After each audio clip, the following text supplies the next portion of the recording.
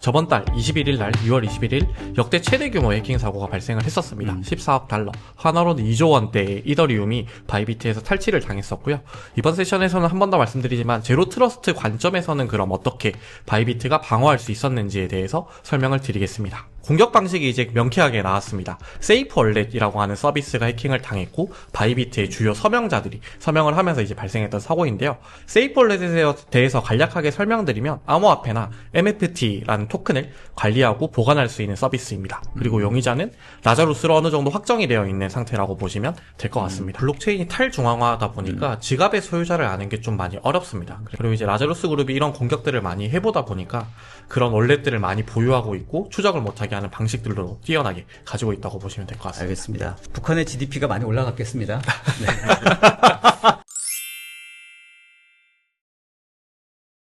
그러면 이제 세이프 월렛이 무엇이냐가 좀 중요할 텐데, 이제 세이프 월렛은 아까 말씀드린 대로 월렛 기능을 제공하는 것 중에 가장 유명한 소프트웨어라고 보시면 될 것 같습니다. 그래서 다중서명 기능을 제공해서 여러 명이서, 예를 들어 촌장님이나 고이사님이나 제가 직접 모두가 서명을 해야 트랜잭션이 전송되는, 지갑에 있는 자산을 이동시킬 수 있는 기능을 지원하는 플랫폼이고요. 그리고 4천만 개 이상의 트랜잭션을 현재까지 처리했고 800만 개 이상의 계좌가 배포되어 있습니다. 그럼 엄청 유명하고 많이 인기 있는 소프트웨어라고 볼 수 있습니다. 그렇기 때문에 바이비트 측에서도 어느 정도 신뢰할 수 있는 소프트웨어를 사용하고는 있었다라고 보시면 될 것 같고, 이미 CEO도 그 다중 서명에 포함되어 있었다면서요? 네, 이제 주요 직책자들이 있었고 금액 자체가 원체 크다 보니까. 그쵸, 네. 어떻게 따지면 CEO도 누르고 나서 알았다고 생각하는 게 좀 맞겠죠? 눌렀을 때 네. 얼마나 멘붕이 왔을까? 네. 맞습니다. 근데 그렇기 때문에 빠르게 어떻게 따지면 대응을 할 수 있었던 본인이 했으니까. 네. 하고 조절할 수 나서 없었다. 이상하다라는 걸 바로 인지했고, 그렇기 네. 때문에 바로 이제 흔히 얘기하는 복구 작업이나 이런 것들을 좀 바로 시작할 수 있었다. 본인이 어프로벌 했으니까 빼박이네. 일단 바이비트 측에서의 공개한 공격 경로인데요. 해킹을 이제 분석할 때는 이제 어떻게 우리가 공격이 시작되었냐를 보는 게 가장 중요하다고 저희는 생각하고 있습니다. 라자루스 그룹이 일단 세이프 월렛의 개발자 PC, 그 중에서도 어느 정도 권한을 가지고 있는 개발자 PC의 악성 코드를 배포를 했습니다. 그리고 개발자는 당연히 세이프 월렛 측의 어플리케이션이나 서비스를 배포할 수 있는 권한을 가지고 있었고요. 그 서비스는 AWS의 S3라고 하는 스토리지에 배포가 되었습니다.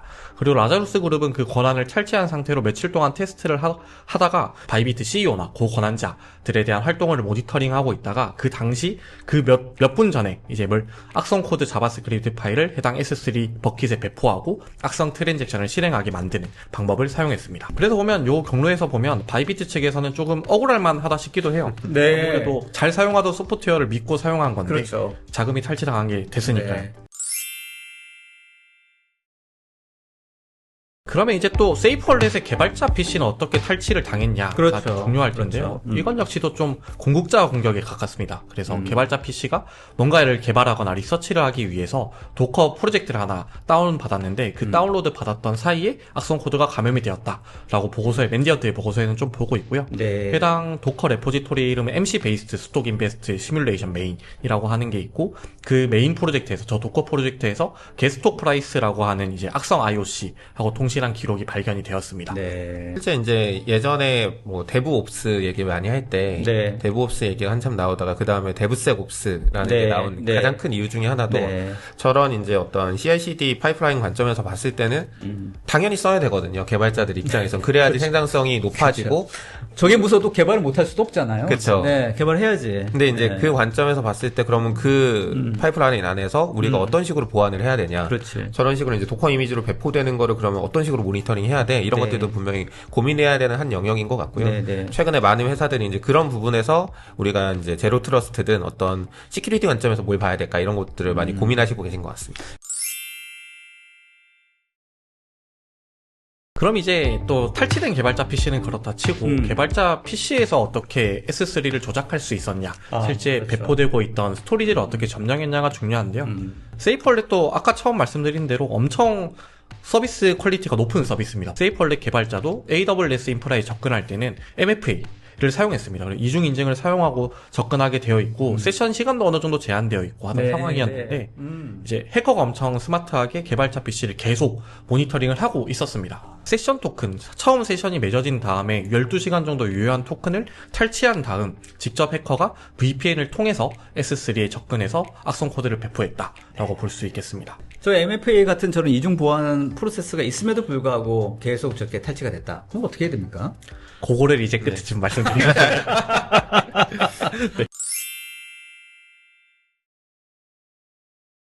일단 기본적으로 제로 트러스트라는 내용은 내부인 그리고 외부인과 내부인 직원 뭐 구분하지 않고 우리는 기본적으로 신뢰하지 않겠다라는 게 기본 전제라고 생각하시면 됩니다. 그래서 어떤 리소스에 접근하거나 아니 시스템이나 데이터에 접근을 할 때 우리는 무조건 비신뢰 기반으로 어떤 정책을 운영해서 자원에 접근할 수 있게 하겠다라는 게 기본적인 제로 트러스트의 그렇죠. 기본 개념이라고 생각하시고 네. 들어주시면 좋을 것 같습니다.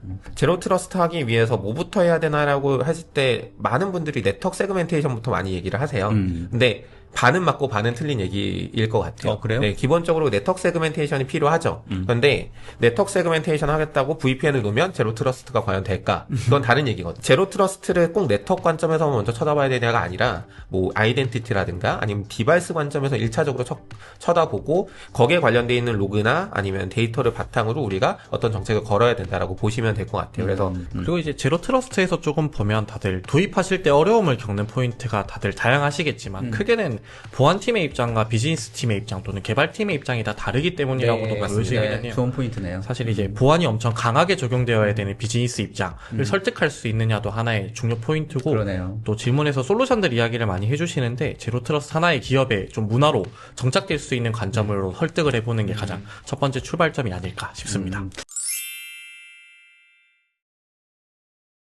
그럼 이제 바이비트는 어느 정도 저는 피해자 입장에 가깝다고도 생각을 하는데 바이비트 입장에서 제로 트러스트를 적용해 본다면 어떨까라는 그래서 제 해석을 조금 해보자면 결국에는 서드파티 어플리케이션에 대한 검증이 조금 나이브하지 않았나라는 생각이 들더라고요. 물론 이게 굉장히 어려운 일이긴 합니다. 이거를 이제 한다라고 하면 보안팀의 리소스만으로는 하기 어렵고 어떻게 따지면은 흔히 해서 컴플라이언스 대응하는 쪽과 그리고 이제 법무 쪽 관련된 부분들이 같이 인게이지해서 해야 될 일일 수도 있어요. 왜냐면 제3자의 회사를 저희가 평가한다는 거일 수도 있고 하니까. 네. 다만 이제 보안하는 입장에서 봤을 때 그런 것들을 이제 관리하는 게 저희가 흔히 얘기하는 공격 표명 관리 하나라고 생각하고 관점에서 접근을 해야 될 것 같고 네. 그거에 따른 릴리즈 노트를 정상적으로 수신을 했고 네. 그 릴리즈 노트에 맞춰서 지금 이게 이루어졌는지 네. 이런 것만이라도 따져봤으면 이상한데라는 거를 한번 낌새를 느끼지 않았을까라는 뭐 흔히 얘기하는 와리프를 얘기를 드리는 거라고 생각해 주시면 좋을 것 같습니다. 네. 그리고 또 하나 불만한 거는 저희가 네트워크에 대해서 모니터링을 계속 해봤으면 어땠을까라는 생각도 좀 듭니다. 왜냐면 이걸 이제 블록체인 네트워크에 적용해서 본다면 트랜잭션을 모니터링 해라는 이야기가 돼서 조금 더 어려워지기는 하는데요. 네. 접근할 수 있었던 네트워크나 트랜잭션이 갔던 과정들 또는 타겟되어 있는 네트워크들에 대한 모니터링 우리가 계속 하고 있었다면 아까 고 이사님 말씀해 주신 대로 공격 표면 관리의 입장에서 이제 첫 번째 이야기랑 약간 유사한 이야기인데요. 엔드포인트 관점에서 어플리케이션이 이상하게 변했다라는 것만 본다면 어땠을까 싶기도 해요. 왜냐면 결국 세이프 원래 측에서 이제 바이비트 주요 결정권자들한테 딜리버리된 이제 다운로드가 된 자바스크립트 파일이 분명 이상하게 생겼거든요, 보면. 그래서 이제 맨디언트나 조사기관에서 크롬에 캐시되어 있던 악성 JS 파일을 발견했다라고 했으니까요. 그러면 엔드포인트에서 이런 악성 코드 형식의 자바스크립트들을 혹시 볼 수 있었더라면 모니터링 범위에 있어서. 네. 네. 그러면 바이비트에서도 제로 트러스트 관점에서 조금 보호를 할 수 있지 않았을까. 그럼에도 불구하고 바이비트는 2분 만에 인지를 했기 때문에 네. 어느 정도 잘하고 있었을 네. 거라고 저희는 보고 있습니다. 솔직히 2분이라는 시간이 정말 짧은 시간이거든요. 그렇죠, 근데 그렇죠. 그거를 인지했다라는 건 이미 어느 정도의 모니터링 세계는 저희가 생각하는 것보다 많이 올라와 있긴 하다. 네. 다만 이제 그런 부분들이 조금 아쉽긴 했었다라고 말씀드리는 겁니다. 하여튼 충분히 잘했지만 완벽하진 않았다. 맞습니다. 네. 실제 공격의 시발점이었던 세이프월렛은 어떨까라고 보면 이제 세이프월렛은 조금 더 할 이야기가 있습니다. 이제 엔드포인트 개발자 PC에 이제 악성 코드가 활동되거나 프로세스를 모니터링을 했더라면 어떨까라는 이야기를 먼저 드릴 수 있을 것 같아요. 이제 아까 말씀드린 대로 도커의 레포지토리를 통해서 감염이 됐고 해당 감염된 레포지토리에는 원격 액세스를 제공하고 있는 뭔가 기능이 있었는데 악성 기능에 대해서 엔드포인트 입장에서 계속 모니터링을 했더라면 차단될 수 있었다. 똑같이 좀 더 이어서 보면 IOC에 대해서 모니터링 했더라면 어떨까라는 이야기도 있어요. 악성 행위를 했던 이제 정보 같은 거죠. 도메인 정보라든지 IP 정보라든지 이런 거라고 보면 되는데 아까 그 도커 프로젝트가 get 스톡 프라이스라고 하는 악성 행위가 있었던 도메인하고 통신한 기록이 의혹이 있었거든요. 관가하시는 것 중에 하나가 예전에 한번 악성행위가 있었는데 지금은 없어. 안전할까? 이거는 좀 다른 얘기거든요. 그 인프라는 침해를 한번 당했던 인프라이기 때문에 공격자들이 얼마든지 재침투해서 다시 활용할 수 있는 근거가 네. 분명히 있는 네. 인프라일 수 있고요. 그리고 이제 또 하나 또 볼만한 거는 결국에는 개발자의 권한만으로 이제 세이프 월렛에 어플리케이션 코드가 있는 S3를 조작할 수 있었던 거거든요. 그럼 이제 개발자가 아니라 뭐 어플리케이션 배포 파이프라인에서만 접근할 수 있었더라면 그러네요. 이런 안전한 점들이 바로 삭제가 되더라고요. 이제. 네. 그리고 이제 마지막으로는 결국 해커가 탈취한 세션 토큰을 가지고 접근을 했거든요. 그런데 이게 21일 한 번에 이루어졌던 공격이 아니라 리포트에 보면 하루 이틀 전에 해커가 계속 시도를 해봤습니다. 그렇기 때문에 아이덴티티에 대한 접근의 모니터링을 조금 했더라면 또는 우리가 사용하지 않았던 네트워크에서 접근을 했던 이력이 발생했을 때 알림 같은 게 있었더라면 이제 먼저 발견하고 조기에 조치를 취했을 수 있겠다. 그렇죠. 야, 아무튼 what if죠. what if 네, 맞습니다. 저희가 이제 뭐 소 읽고 외양간 고치기 네. 있지만 저희가 이제 바이비트 반면 교사 삼아서 네. 암호에 관련된 신이 있을까요? 있으면은 진짜 예배 좀 드리고 싶은데. 네. 그 시는 이제 양쪽 컴퓨터한테 조만간 장을 걸어서 네. 초도 대응에 대해서는 다들 그래도 뭐 칭찬 내지는 잘했다라고 얘기를 하고 있더라고요. 맞습니다. 엄청나게 큰 금액이 피해를 당했지만 어떻게든 고객의 안정성을 최우선하고 그리고 투명성 보고서를 발간하고 바운티라는 프로그램까지 적극적으로 운영할 정도로 대응 자체는 엄청나게 베스트한 선택이었다고. 그러니까 비즈니스 전략적인 어떤 차원에서는 이런 어떤 마인드가 되게 중요할 것 같아요.